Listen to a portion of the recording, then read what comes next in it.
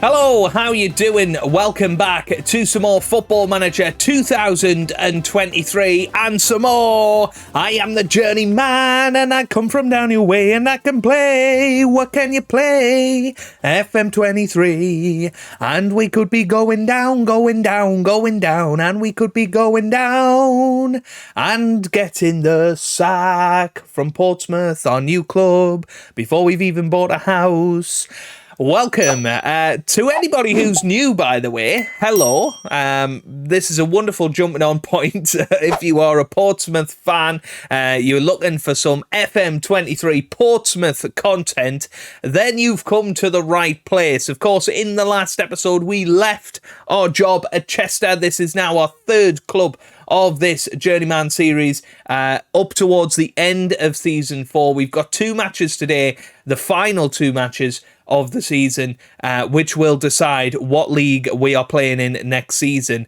But, of course, now that I've moved, obviously I live in Stockport in real life, so I was pretty much easily able to commute to Kidderminster and Chester every day from my current location.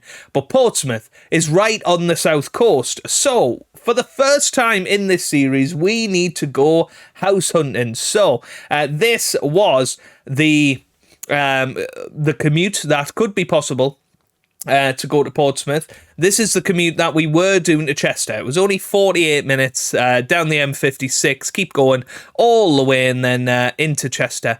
But then, of course, when you're wanting to go to Portsmouth, it's not ideal, especially when you're talking about Fratton Park, which is, even further away. Well, it's not actually. It's slightly closer, 4 hours, 6 minutes. Maybe that's quite reasonable. An 8-hour round trip every day down the M56, then down the M6, all the way onto the M40 by the looks of it. Keep going down onto the M3 eventually, and then, basically trying not to drive into the water. We're so far down south. I mean, they're not going to understand a word I say down here, are they? But Fratton Park is down here. We are going to be looking for houses in this area. So I wonder if I can get a postcode for this, actually. Can I get a postcode for Fratton Park? Let's have a little... Oh, I can. A PO4 postcode.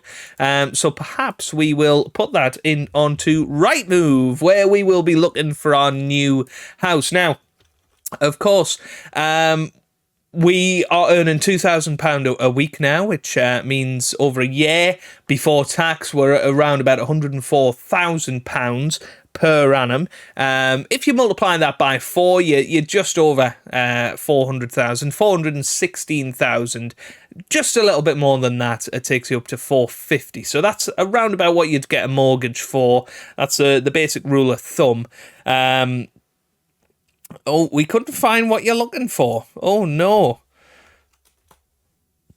Let's try that.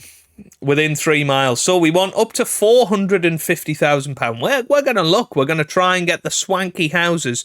I'll zoom right in so that you can see it all. Me on my 4K monitor. So we've got this house. This is a 4-bedroom semi-detached. I mean, I'm already looking at the pictures. Let's look at this absolute beauty. Pixelated photos. Oh, whoa, look at those carpets. Wow. Oh, we've got a video, an online video tour, a YouTube video within a YouTube video. Now, I can't hear this, so I've got to put my headphones on now. Is there volume to this, or is it just... Oh, it's a silent video. But look at this, we're getting a house tour. Hey! Oh, goodness me. This house will need a little bit of work. And I mean, they're wanting 450 grand for it. Is this just southerner prices? Is it? Am I just too used to northern prices? You're not selling it to us, mate. Right, I want to see the garden. Here's the... Oh, it's a bit overgrown, isn't it? Oh, don't know if my good friend Alan Titchmarsh should do anything with that. Look at that. Oh, my goodness. I'm sure we've just seen a bright blue room. I want to see that room. I think it's got a bright blue door, Oh, my goodness me. Look at this bathroom. Oh. I mean, this is horrible. Sorry if you're the person watching this. Perhaps you live there. I am incredibly sorry that you had to live there. Oh, dearie me. You know what? It's not for me, this house. There is a floor plan, though. Look at that. Right, back to search results. Let's have a little look then. So we've got... Oh, this looks more like it. Oriel Road in Portsmouth. Added on the 3rd of March. So this has been on for donkey's months. Lovely kitchen. Gotta say, lovely kitchen. Shiny floors. Goodness me, I'd be able to do me makeup in those floors. Wow. It's a terraced. Oh, look at this. Now then, does this have... Oh, it does have music, I can see. Let's have a little look. Let's have a little listen to this one. Number of primary schools with favourable Ofsted ratings, and many regular and reliable road and rail links. The reception areas in this lovely home allow the whole family to indulge in individual activities or spend quality time together. The accommodation is comfortable and is perfectly configured for contemporary lifestyles. These features are available in equal measure for extended family and guests, and options to entertain them further enhanced by the pleasant rear garden. If you like what you see, please contact us today. I think I'm starting to see why this has been on the market for so long. We're going to spend most of the episode looking at the new houses, aren't we? I mean, this looks all right. That's not great. It needs a new carpet. It looks like the floorboards look a bit dodgy. Perhaps there's a body buried underneath them or something. Good old floor plan. It is a 3-floor house by the looks of it. 6 bedrooms. Crikey. You know what? This one's shouting to me. I'll just love the guy, the voiceover guy. That was brilliant. Right. These are all guide price. So I'm guessing they're going on to onto auction. So we could even have a Homes Under the Hammer gig, which, you know, we always want that. Oh, this looks like an interest. Oh, my goodness. Look at those sofas. Look at this. It's like you live in the jungle. Oh, my goodness. I think we might have to keep those curtains. Oh, gold light switches. You know what? This ain't half bad. I'm taking the mick a bit, but oh, there's a teddy bear in the corner. Oh, there's a teddy bear there as well. This person clearly likes their teddy bears. Oh. Right, okay. Okie dokie. I like this. I do like the garden. It's very swanky. Oh, and a hideaway. A hideaway. Or is that just the back gate? Potentially it is. But again, 450,000. Let's see. We'll look at one more house and then we'll decide exactly where we're living. I'd quite like a semi, I think. This one's 4 bedrooms, 2 bathrooms. This one looks all right, you know. This one looks okay. Yeah, nice wood flooring. Oh, it's got a video as well. We'll have to check out the video in a minute. This one's looking promising. If the video's living up to... Oh, I don't like the glass doors in the middle of the house. It's let itself down. I might have to go for that previous one, you know. Let's watch the video. Let's see if it can sway us. It's a trailer. This wonderful 4-bedroom home sits close to shops, primary schools and handy and reliable transport connections. The ground floor reception areas support lots of different family activities and are very tastefully decorated and perfectly adapted for modern lifestyles. With the spacious and comfortable bedrooms, there are plenty of options for accommodating guests, and these are complemented by a practical bathroom. All the friends I have. And in addition to this, there's also a pleasant rear garden. Call us today. Oh, well... I'm afraid you weren't as engaging as our friend Morris before, or whatever he was called. What was it? Oriel? Was it? Yeah, it was this one, wasn't it? We've got to go for this, I think, just for the video alone. That was brilliant. Right, how close are we to Fratton Park? I think Fratton Park's there. That's not much of a commute, is it? Looks like we come onto this A2047 and then to Fratton Park. So there you go. We've got our house, our first house of the series.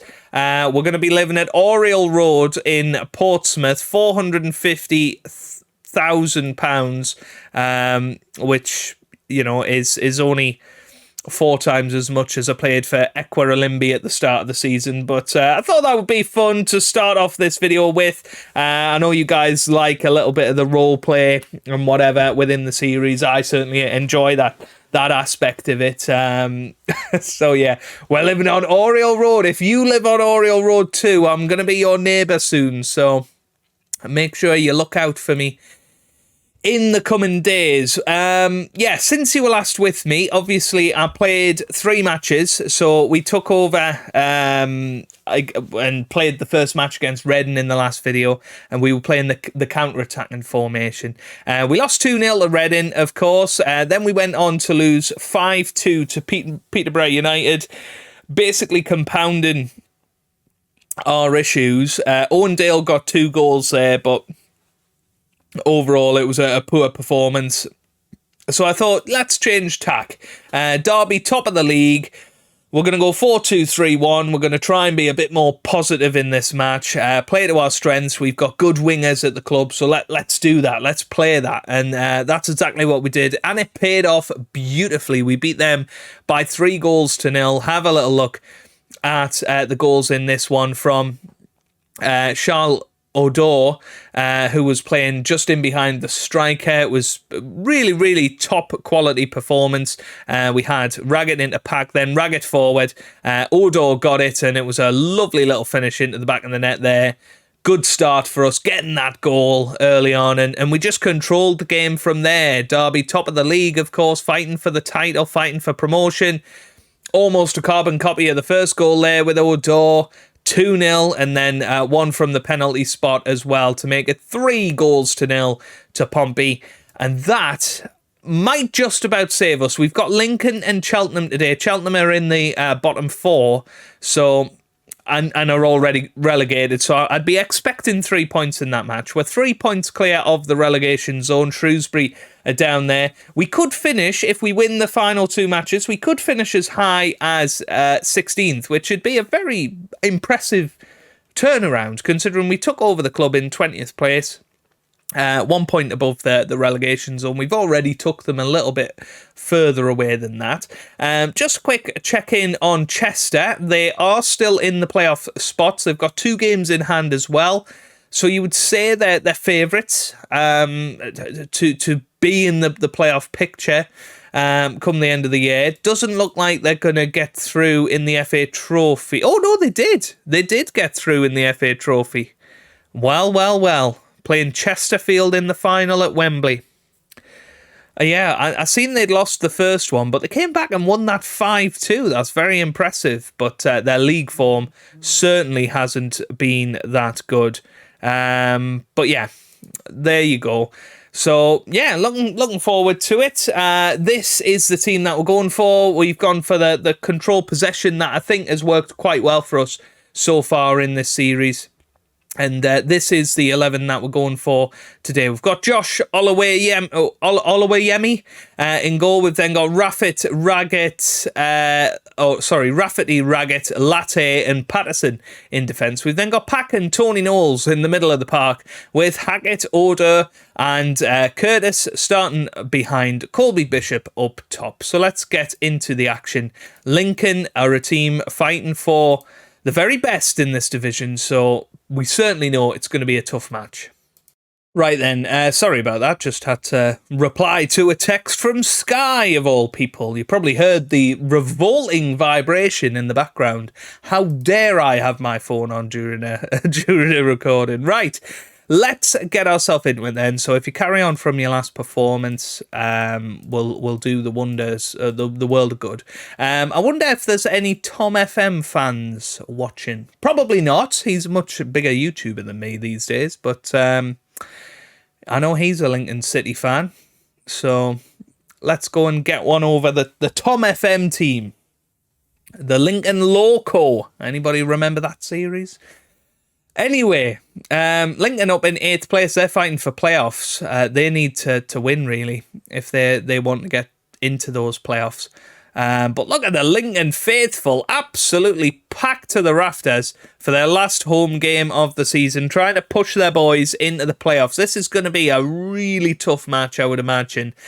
But we'll try our very best, as we always do in every match, and we'll see if we can come out on top. I called him Charles Odor before, because Odor sounds like a perfume, therefore I assume he's French.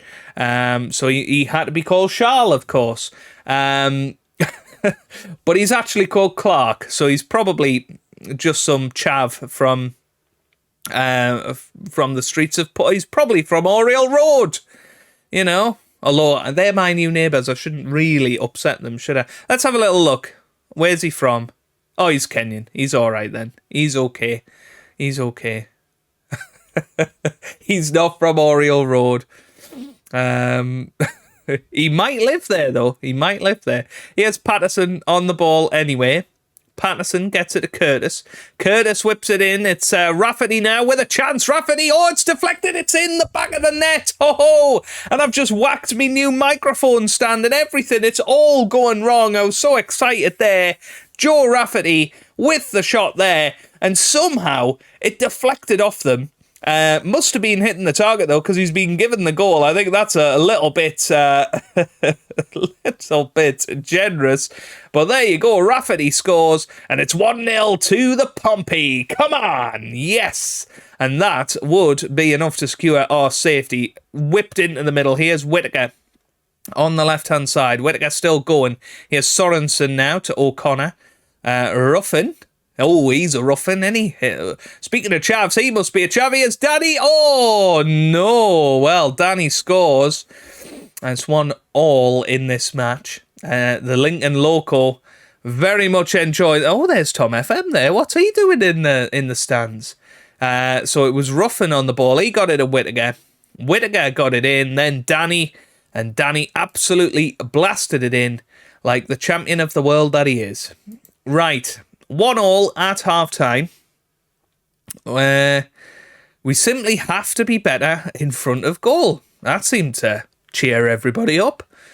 So let's go for it. Here's Ruffin. Gets it to Cottrell. Oh, nice ball over the top. And here's Hooper. Oh, dear. Tom Hooper makes it 2-1 to Lincoln. I don't like how the keeper didn't come out and meet that.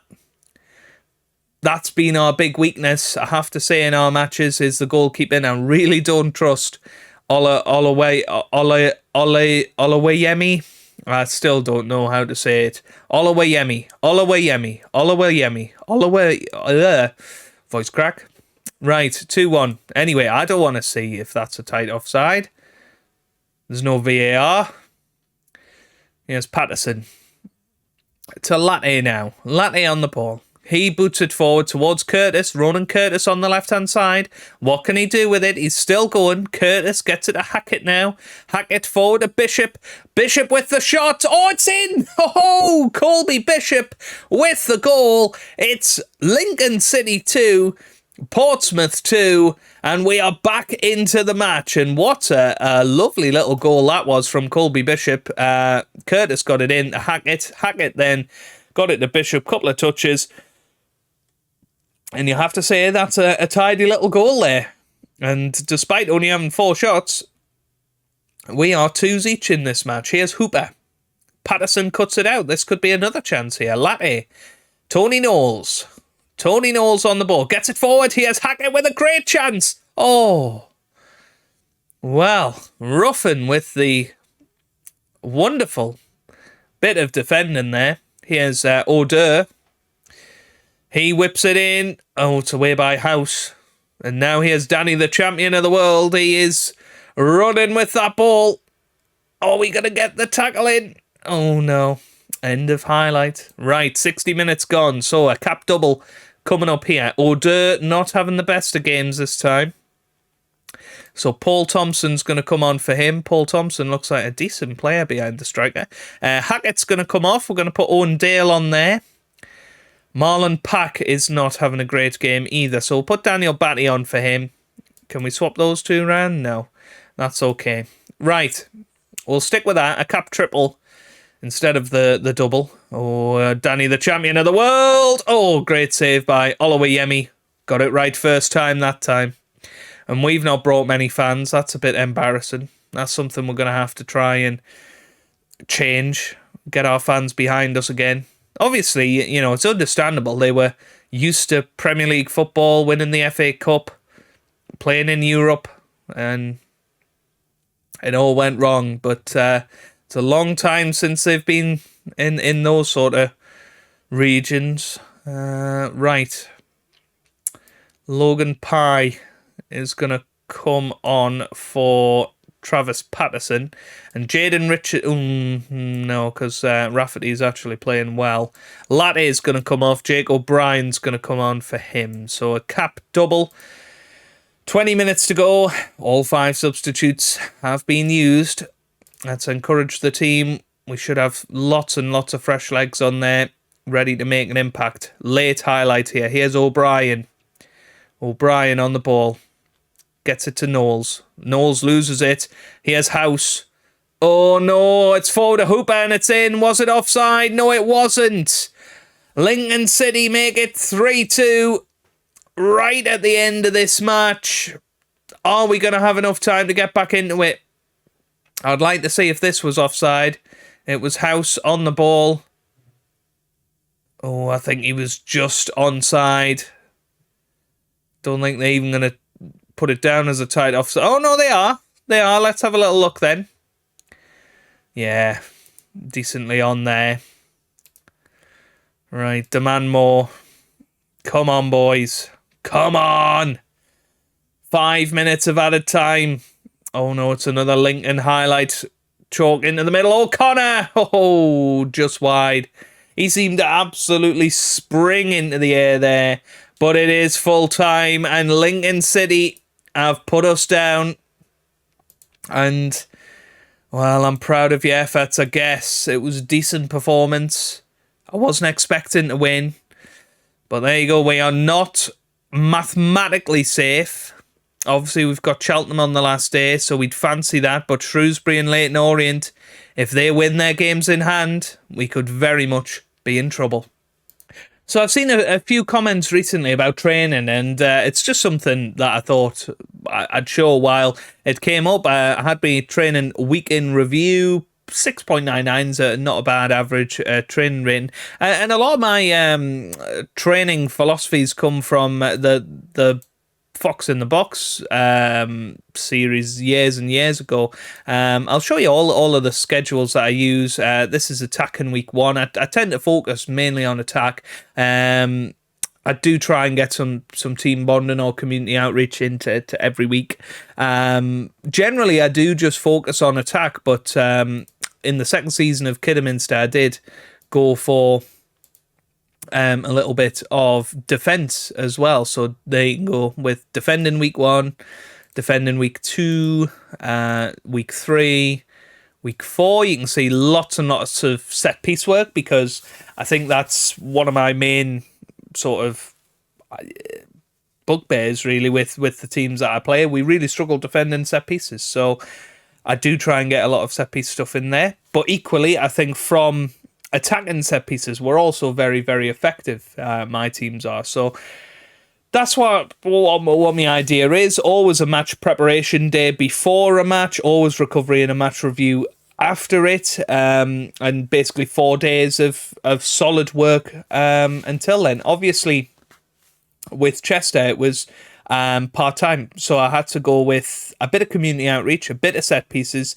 match preparation. You know, we didn't really do much of the other stuff in there. You can see it, we did do on the odd week, but generally it was set piece work and a bit of team bonding to try and increase the morale, and it seemed to work out pretty well. But yeah, that's they're all of my training schedules. I always just leave the unit as default. Mentoring, I always ask the assistant to assign. Generally does a decent job with that. Individual training, I don't run, but I will for certain players if I'm thinking, Jake O'Brien's got a particular trait that I don't like, let's try and beat it out of him, basically. Coaches, again, I just assign that to the assistant to do. I haven't got any, so let's get me on some of them. And that seems to have balanced everything up a little bit, which is good. So yeah, that's basically how I do training. I don't do anything special for that. I just thought I'd show you. Never ever touch this screen, the data hub.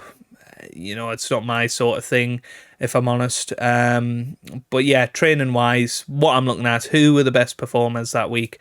You can click into this screen and sort them by that. And most of the team players are over 7. There's a couple down there that aren't training particularly well, and perhaps, if I was that bothered, maybe I'd drop them for it or talk to them in discussions. But yeah, I'd noticed a couple of comments recently about that, so there you go. Okay, then, a couple of changes for our final match of the season then. I've brought in Daniel Batty into the middle of the park, and Owen Dale will start on the right-hand side. Everything else is staying the same for this match.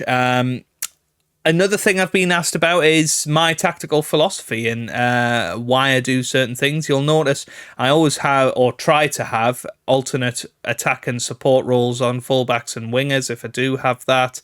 Never try to have more than one playmaker in the side. I do like a box-to-box midfielder and a central midfielder on attack in the middle of the park. Sometimes I'll change that up for a ball-winning midfielder or central midfielder on defend if we're a team like Nottingham Forest in the Premier League, for instance, where we're expected to struggle. I really don't like sweeper keepers, so I tend to stick with just goalkeepers. And up top, I tend to flip between advanced forward, pressing forward, complete forward. Never really use deep line forwards these days. Used to use them a lot. FM11, FM12, but I haven't really used them much recently. So I'm enjoying using that with Colby Bishop just because he actually suits it quite well. You don't really want a poacher on his own lead in the line, in my opinion. So lots and lots of support roles and trying to fit around the attacking players. But yeah, let's get ourselves into the match. We could well be relegated. I've been rambling on. We could be relegated today. I would assume that we're not going to be, because the teams below us are pretty bad, and I'm assuming they're not going to win, or both win at least. And we'd have to lose against a Cheltenham side that are already relegated. So the odds are in our favour. We're just about going to squeak over the line. It's a good job we beat Derby County, that's for sure. And that 3-0 victory gave us the goal difference that is making all the difference. You can see there we are on 48 points. And a minus 18, I think it was, or minus 16 goal difference. Couldn't quite tell. But basically, or minus 17. But basically, we'd have to lose reasonably heavily, and the teams below us need to win to get over the line. Essentially, that's what we're looking at. But an early highlight here: Joe Rafferty on the ball on the right-hand side, doing a good job with it. Here's Owen Dale, gets it to Pack now. Pack gets it forward to Owen Dale. Owen Dale still going, he cuts inside, and that is his 13th goal of the season. He looks like a tasty little player, I've got to say, on the right-hand side, cutting in and scoring the goal there. And it is now Portsmouth 1, Cheltenham Town 0. And it was a lovely little ball through from Marlon Pack, who could well be playing his last match for Portsmouth. Quite an old man now. I'm not sure I want to keep many of the old men around for next year, but that jumps us up to 17th place in the division. Let's have a little look at latest scores. Keep an eye on Shrewsbury and who were the other ones? I can't remember now. Oh, what a goal! What a goal! Daniel Adshead. That was a terrific volley. My word, that was terrific. If you want to concede goals, that's how you do it. Adshead got it in, and then a header away from Latte, and then, wow, that is quite special. And it's 1-1 now, and it was Leyton Orient, of course. So let's keep an eye on both of their matches. Pack gets it forward towards Curtis now on this left-hand side. Curtis to Batty. Batty cuts in. Batty shoots, and it's Dale with the header. Can't do anything with it. Out towards Rafferty. Rafferty into the middle. Curtis is there. Dale's there again. It's Rafferty who loses it. Pack gets it forward. Owen Dale's going to be there, and Owen Dale scores, but he's offside. Well, that was very, very tight, I think. Let's have a little look at Owen Dale here. Oh, just offside. He was nearly kept on by the right back there. But it's 1-1. Leyton Orient are 0-0. Shrewsbury, where are they? They're 0-0 with Grimsby. So both of them drawing at the moment. So now to worry about just yet. Here's Dale. Still going. Owen Dale with the shot, and that's wide. But he is honestly so pivotal to the way that we play. He is just constantly bundling around, looking for the ball, looking to get that ball in the net. Here's Adshead again. He whips it forward. Header from Freestone off the bar. That was nearly a precarious moment for us. As it's still 0-0 in both of the matches. Charlton and Shrewsbury are playing, and well, I couldn't quite see there. We have to be better in front of goal. Let's go for that again. It seemed to work quite nicely against Lincoln. We scored just after half-time with that one. Header from Latte. Bishop. Latte. Here's Batty. Batty to Curtis. And I like this. Curtis. Back to Latte. Latte to Pack. Pack still going. Ooh, whips it out wide to Patterson now, who's running down this left-hand side. Patterson still going. Whips it in, but it's away by Harbottle. And now Sodji. Chapman. Raglan. That's forward towards Sodji, but Latte cuts it out. And now here's Bishop. Here's Dale. Owen Dale still pushing forward, looking to get into the box. And Owen Dale with the shot again. And Hanbury with the catch. End of highlight. Shrewsbury are playing Grimsby. Now, where Grimsby? They're mid-table, to be fair. Grimsby Town, eh? But, yeah, still 1-1. I think we're going to go attacking now. I'd like to go and try and win this match. I think we should win this match. They're 23rd in the division. You know, there's not many teams that we're better than. But Cheltenham Town should be one of them. Pack to Dale. Loses it, but Raggett gets it back. Here's Rafferty. Rafferty on the ball. I am a bit disappointed with the discipline of this side. Raggett gets it to Latte now. Latte gets it forward. Hanbury's going to come out. Oh, and I didn't like that at all from the goalkeeper. Now here's Raggett. I thought he might go for a David Beckham special there. Raggett gets it to Latte now. Latte on the ball. Whips it forward towards Curtis. Ronan Curtis now. Is he going to get it into the middle? He does. It's Batty. It's Marlon Pack. Oh, what a goal from the captain. First goal of the season. Saved it until the very last game of potentially his Portsmouth career. Colby Bishop is going to come off. Matthew Clark, one of our youngsters, is going to come on up top. We're going to put Jaden Richardson at right back. I remember Jaden Richardson from last year. I think we had him at Nottingham Forest. Logan Pye is going to come on as well. Daniel Batty's absolutely rubbish, so we'll get Tony Knowles on to replace him, and we will, I think, swap him round like so. Yeah, that'll do. That'll do. Nice. Okay, here's Adshead. He whips it forward. Ooh. Dale's got it. Now then, Owen Dale on this right-hand side. He's got some pace, hasn't he? Here's Curtis now.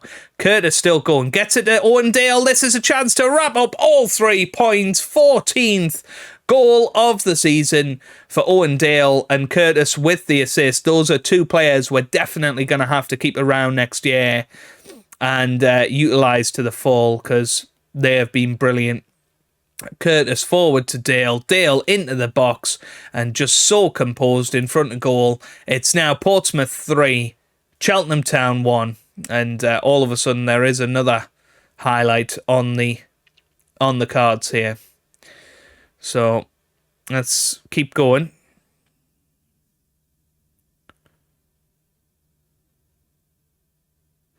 Here's Richardson. Freestone. Harbottle. Clears it. Latte to Knowles. Knowles forward. Curtis is on the ball. Pack now gets it to Clark. Yes, Matthew Clark, first goal of the season. One of our youngsters, lots of potential. Portsmouth 4, Cheltenham Town 1, and I think it's fair to say we're going to be playing our football in League One next season, and that's really, really exciting. We've done our job. We've come in and we've steered Portsmouth away from trouble. And that's a good start to our career. You know, we had a tough end to the season. We've beaten Cheltenham Town 4-1. We beat Derby 3-1. Owen Dale getting 2 goals there. Very, very happy with that. You did a very professional job. Very, very happy. And there you go. So Shrewsbury, they lost to Grimsby and, Charlton and Leyton Orient drew. So we weren't really in trouble at the end of the season, but even if I suppose let's try and work it out. If we'd lost to Cheltenham and Derby, we would have been out. We'd have been relegated. So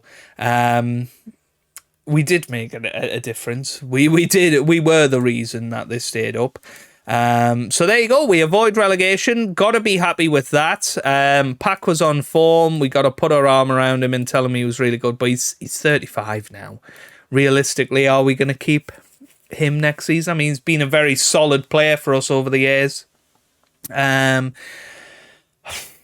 don't know.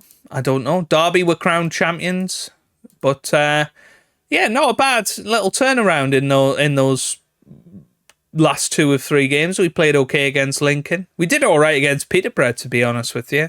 I think the scoreboard flatters them a little bit. They had 2 very late goals there when we were running out of steam. But very, very happy with that. Of course, we've got the transfer special coming up tomorrow. I think it's going to be a bit of a rebuild job with Portsmouth. I really do think we're going to have to get rid of a lot of the dead wood. Chester seemed to have qualified. It looks like they're pretty much guaranteed it now. They beat Morecambe. They're going to play Ebbsfleet later today. Well, let's continue on and see if they do manage it. Fingers crossed they do. Where are we going then? So schedule. That's not what we want. Sky Bet League 1 down 2. There you go. So Chester do qualify. They did win the last game of the season. They dropped down to 7th on goal difference, unfortunately for them. So Chester beat Ebbsfleet 1-0. It looks like Bromley beat Yeovil 3-0. So that's where that's come from. South Shields finished 5th. So Chester are going to play Donkey. Bromley are playing South Shields, and then either of those will play Stevenage or Chesterfield in the final showdown. Who ended up as Chester's top goal scorer? Luke Sharman, Charlie Caton in there. And who were they playing towards the end? I mean, I was baffled by this 3-5-2. Back 6, essentially, is what they were playing. But it seemed to work well for them. So, fair enough. We've got to say, they're playing Sam Sanders up top. That's brilliant. I suppose Luke Sharman's injured. DJ Campton Sturridge is injured. Caton's not, and Quigley's not, so I don't really know why they've not played. But hey, there you go. I've rambled on enough for this episode. So we will be back tomorrow with the season review for Portsmouth. Obviously not a lot to review in that aspect, but we will be looking to rebuild this squad. There's quite a few contracts expiring, not any more than thought. I mean, I wanted more really to be expiring. I'd have probably been getting rid of a large proportion of these anyway. The only questionable one is Marlon Pack, really. In terms of wage budget, We're on 93,000. We're currently committed to spending 73,000 next season. So we've got a little bit of wiggle room, 1.5 million in the transfer budget as well. So I think we can do some business during the summer and get ourselves ready for next year and try and aim for the top half. I think that's what we're aiming for next year.